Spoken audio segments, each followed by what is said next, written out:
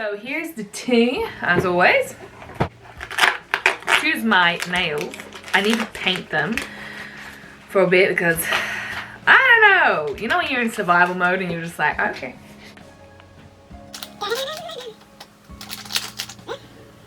There we go. Start off with Meditations by Marcus Aurelius. So this book was recommended to me by this therapist on top of where I work at, and I was talking to him. He recommended Aristotle, which I really liked. He also recommended Marcus Aurelius and Plato. So I haven't read Plato yet, but my reviews on Marcus Aurelius, I really do like what he says in it. It really is just him jotting down sentences and notes of like past meditations of what works and what doesn't. But the reason why I got into philosophy of late is because I've been asking questions, I haven't been getting answers. So when I go into like the philosophy things, I was actually like, you know, it's kind of good.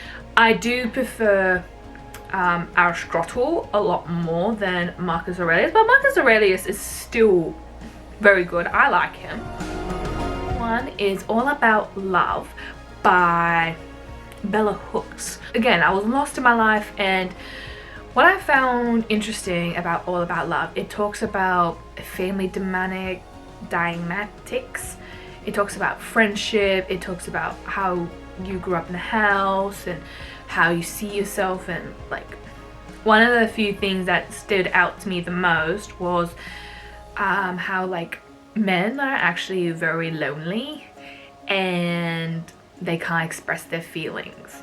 I was actually talking to it about with one of my guy friends, and he said something like very like that broke my heart, and it was like, the only time us guys get flowers is on our graves. So after I heard that and read that book, because we were discussing about, you know, how we were raised, because how I was raised and stuff by my parents was like, don't trust a man for anything at all, like don't trust a woman, don't trust a man, rely on yourself. And then him saying, oh no, how I was raised is everything is my fault and everything I have to, like, you know, like I'm man in house, I have to like provide for my family. So after I heard him say that flower thing, I was like, oh, basically got flowers.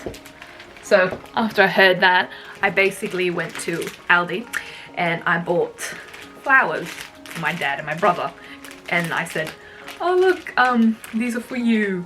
And he said, oh my god, are you gonna kill me? And I said, no, I just wanted to give you flowers because I can, even though there's a part of me that's like, ew, I don't feel like, I don't feel very girly, do I? But you know, I guess it's, everyone's different, so something I noticed. So I have to change my attitude now and I have to be more emotionally available for guys, because guys have feelings. Like obviously I read a lot of books by men, but it was strictly on like business and all that stuff, but I never actually took the time out of my day and actually focused on like, oh, what do guys actually want out of life? And it's not much, because every guy is different, but most of the time they just want to be acknowledged and respect. That's what I gathered from the books. Book was recommended to me by my uncle. It is Beyond Mars and Venus. I really enjoyed this book. It was updated, I believe, because I'm on this like spiritual or some kind of emotional awakening journey. So it's really good to really just step out of the box and just really like, oh, what do women want? What do men want? And it's when I got into these books, it made me feel like a lot more validated, because apparently women like to be heard and men like to be respected, apparently. And don't quote me on it. I'm just the wee little girl in the world trying to understand what the hell is going on. And I really enjoyed that book for that purpose. It opened my eyes about guys, and turns out men are just women. And women are just men, and society has screwed us all up. I don't know why they haven't taught us, but you know. 5 Languages by Gray Chapman. I really enjoyed this book. This book, like, it's short compared to the other ones, but it really awakened me to the fact of love tank and how you have to invest into, like, how you have to speak other people's love languages first before expecting anything in return. So when I first went on this journey and stuff, my love tank was like so low, and now that I started to, you know, read these books, look into me, heal my inner child, whatnot, and just change myself, because my counselor said, healing journey, you don't heal for other people, you have to heal for yourself. So I was like, okay, all right. And healing for yourself is a bit of a bitch. But you know, you gotta go through it. Next one I really enjoyed would have to be the Let Them theory. Like, the Let Them theory was so good. I really enjoyed it because it talks about let them do what you want, like let them do them and let yourself do you. You can't control what the other person is doing. In fact, it lets them show who they truly are and how they see you. And let you is like, you don't need permission, you don't need to ask someone or ask for validation, just do you. And another thing that I really enjoyed about the Let Them theory is that if you're a kid at below the age of 18 and stuff, your parents are 100% responsible for your emotional well-being along with your physical. You can't just say like, oh, I was, you know, did XYZ for you, but yet there's no emotional connection, because like kids, they're just new to the world, they don't know what is going on, so they need their parents to help emotionally regulate themselves. But afterwards, after you hit 18 and you're an adult, it is not your fault, but it is your responsibility.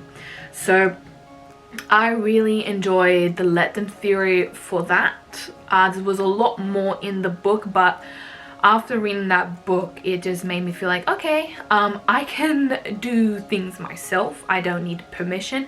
I don't need to ask for, I don't need to look for validation. I don't need to give my forgiveness. I don't need to do anything. I just got to focus on myself and give myself the love, the permission, and, you know, the freedom to fail, to learn, to, you know, really see people as they are and not what you want them to see. And I think that's like really like, oh, I actually feel like a lot more calmer now. So that's what I really loved. So that was my May roundup. I really enjoyed it. Out of all the books that stood out to me the most, because when I was also reading all those books, I was also finishing off Robert Greene's books as well, so I was like, oh. So that's why I went into a little bit of meditations, hence the other video, to really just like reset myself. Oh, look at my badges. Look how cute that is. Alright, so thank you very much for listening to my May roundup, and until next time, June will be interesting, so I will talk to you then. Goodbye.